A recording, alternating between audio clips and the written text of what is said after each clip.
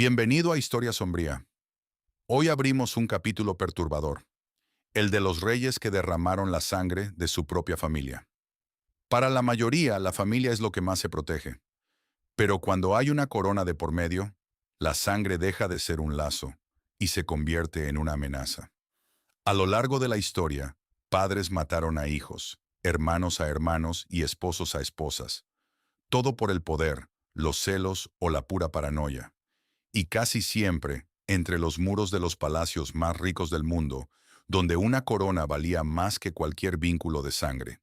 Estos son los reyes y emperadores que convirtieron su propio palacio en el lugar más peligroso del mundo.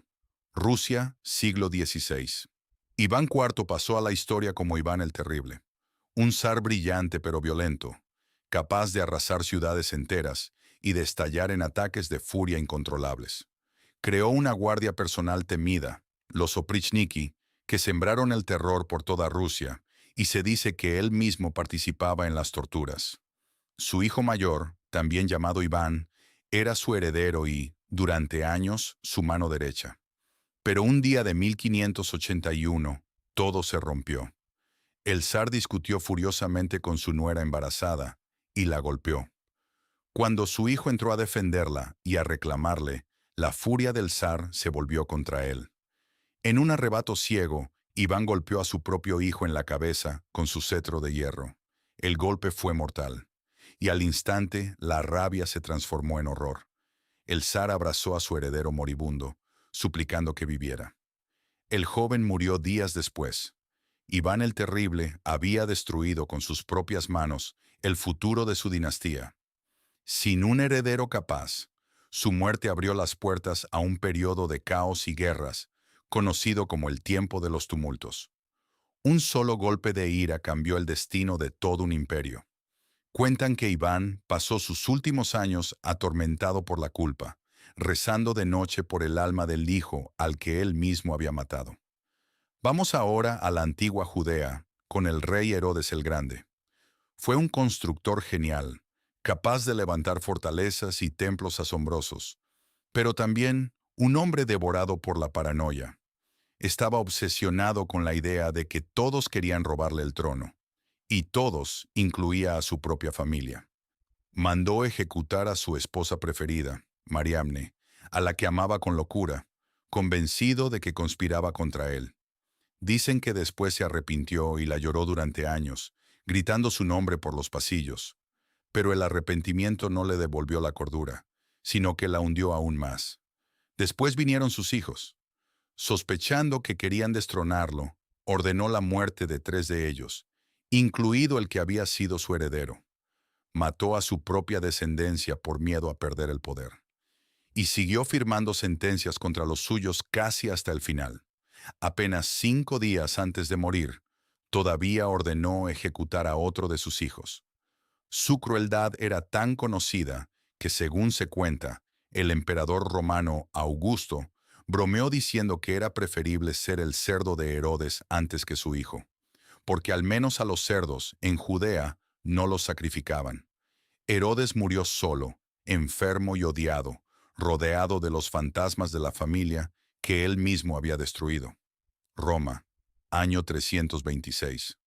Constantino el Grande es uno de los emperadores más importantes de la historia, el que llevó el cristianismo al imperio. Pero su gloria esconde una tragedia familiar. Su hijo mayor, Crispo, era un general brillante y muy querido.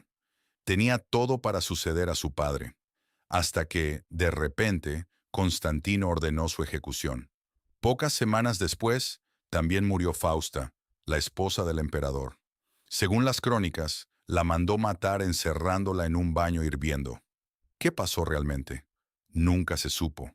La versión más repetida dice que Fausta acusó falsamente a Crispo, y que cuando Constantino descubrió la mentira, ya era tarde.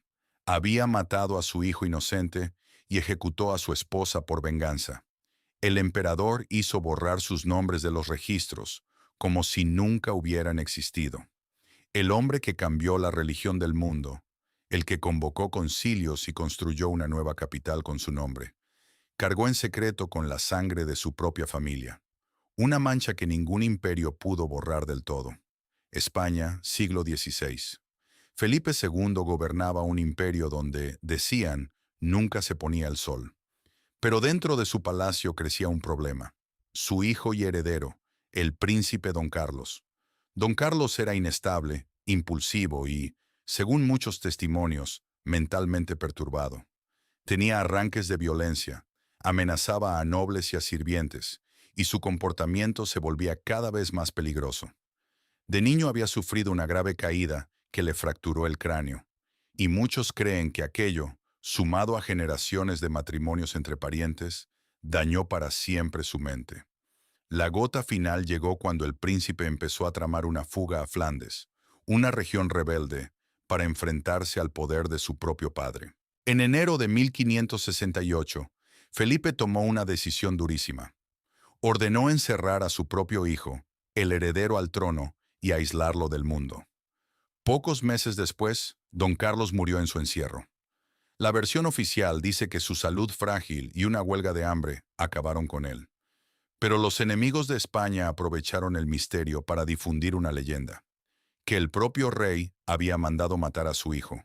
Nunca se ha demostrado. Lo seguro es más triste todavía. Un padre que encerró a su único heredero y lo vio morir tras los muros de su propio palacio, el inmenso escorial que él mismo había mandado construir como tumba de su dinastía. Pedro el Grande de Rusia veía a su hijo Alexei como un traidor débil que conspiraba contra sus reformas. Lo hizo arrestar, juzgar y torturar. El joven fue condenado a muerte y murió en prisión, por las heridas, 2 días después. El padre que modernizó Rusia, que la arrastró a la fuerza hacia el futuro, firmó sin temblar la sentencia de su propio hijo, convencido de que el imperio valía más que su sangre. El emperador Nerón llegó al poder gracias a su madre, Agripina, una mujer que lo controlaba todo. Cuando él quiso librarse de su sombra, ideó un plan. Un barco trucado para que se hundiera y pareciera un accidente. Agripina sobrevivió nadando, así que Nerón, sin más disimulo, mandó asesinarla. Mató a la madre que lo había hecho emperador. Cuenta la leyenda que, al ver el cadáver, comentó fríamente lo hermosa que era. Años después, acorralado, terminaría quitándose la vida él mismo. En el Imperio Inca, los hermanos Atahualpa y Huáscar libraron una guerra civil brutal por el trono. Cuando Atahualpa venció y capturó a su hermano, dio la orden definitiva. Mandó ejecutar a Huáscar y a buena parte de su familia, para que nadie pudiera disputarle el poder. Poco después, el propio Atahualpa caería prisionero de los españoles. El imperio que había ganado matando a su hermano se le escapó de las manos en cuestión de meses. Y en el Imperio Otomano, matar a la familia llegó a ser ley. Para evitar guerras por la sucesión, cada nuevo sultán tenía permitido ejecutar a todos sus hermanos. Un sultán llegó a ordenar la muerte de 19 de ellos el mismo día de su coronación. El asesinato familiar, convertido en política de Estado y aceptado durante generaciones como el precio de mantener unido el imperio. Padres contra hijos, hermanos contra hermanos. La historia del poder está escrita, demasiadas veces, con la sangre de la propia familia. Porque cuando el trono lo es todo, hasta los lazos más sagrados se vuelven prescindibles. Y lo más inquietante es que casi ninguno actuó como un monstruo sin motivo. Cada uno creyó, a su manera, que protegía su trono. El poder no siempre crea monstruos.